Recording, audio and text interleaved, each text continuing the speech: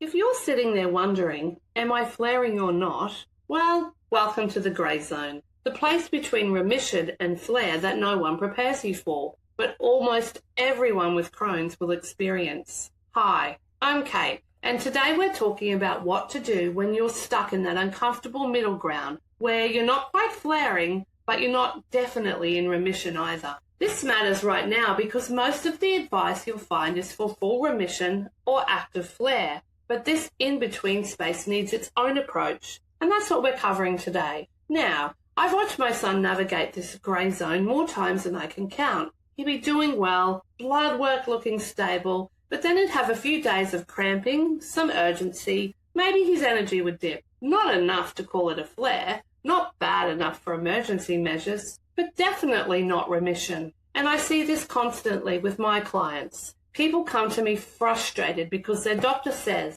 well, let's wait and see, but they can feel something's shifting. They're scared to do nothing, but they're also scared to overreact. The worst part, you start questioning yourself. Maybe you're being dramatic. Maybe it's just stress, or maybe you're imagining it. Now, here's what I know from both sides of this. The grey zone is real, and it deserves its own strategy. So let's reframe what is actually happening here. The grey zone isn't almost remission, and it's not a mild flare. It's a distinct clinical state when your immune system is activated, but not in full inflammatory overdrive. Your gut is irritated, but not severely damaged. Your symptoms are present, but they're manageable. Most people make one of two mistakes here. Either they panic and throw everything at it, every supplement, every restriction, maybe even pushing for medication change when it's not quite warranted yet, or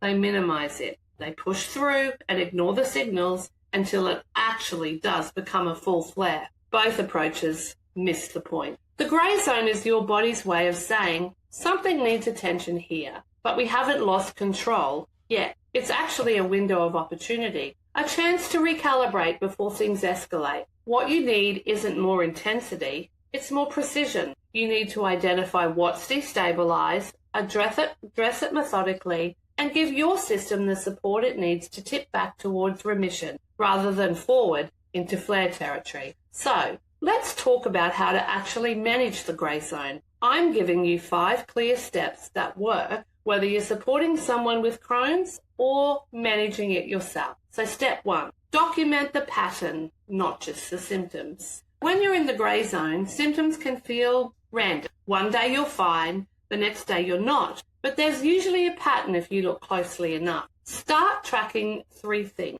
your symptoms, your stress levels, and what you ate. Not forever, just for a week. You're looking for connections. Does urgency show up the morning after a late night? Do your cramps cluster around high-stress days? Is there a food that keeps appearing before symptoms spike? This isn't about blame or perfection. It's about information. My son discovered his grey zone symptoms were tightly linked to sleep disruption. Not food, not stress, sleep. Once we saw that pattern, we knew where to focus. Now step 2, simplify your food. Don't restrict harder. This is where people often go wrong. They think grey zones means stricter diet. So they start cutting out more foods, eating less variety, maybe going back to a really limited safe lift. But here's the thing. Your gut needs nourishment to stabilize, not deprivation. Instead, shift to what I call gentle density. You're eating foods that are easy to digest but still nutrient-rich.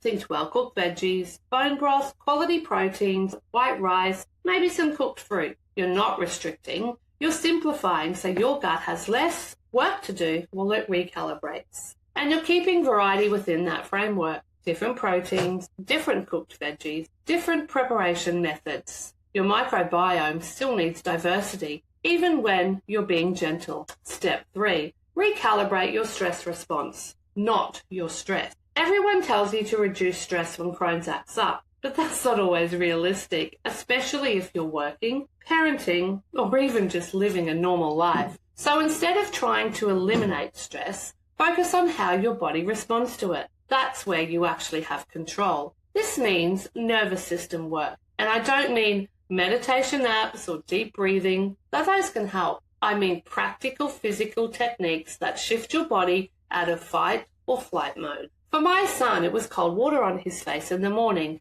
and a 10-minute walk after dinner. That's it. Those two things helped his nervous system reset enough to stop amplifying his gut symptoms. For some people, it's actually humming while you cook, or lying on the floor with their legs up the wall for 5 minutes, or spending time with their dog without their phone. So find out what works for your body, not what sounds good on Instagram. Step 4, talk to your doctor, but with data, not panic. This is critical. The grey zone is exactly when you need your medical team involved, but you need to be communicating clearly. Don't wait until it's a full flare, but also don't call in a panic saying, I think I'm flaring, when you're not sure. Instead, bring your tracking data. Say something like, I'm noticing increased urgency 3 times a week for the past 2 weeks, some cramping, and my energy's dropped. I'm not in a full flare, but I wanted to check in before it escalates. That's a conversation your doctor can work with. They might want to run blood work, check inflammation markers,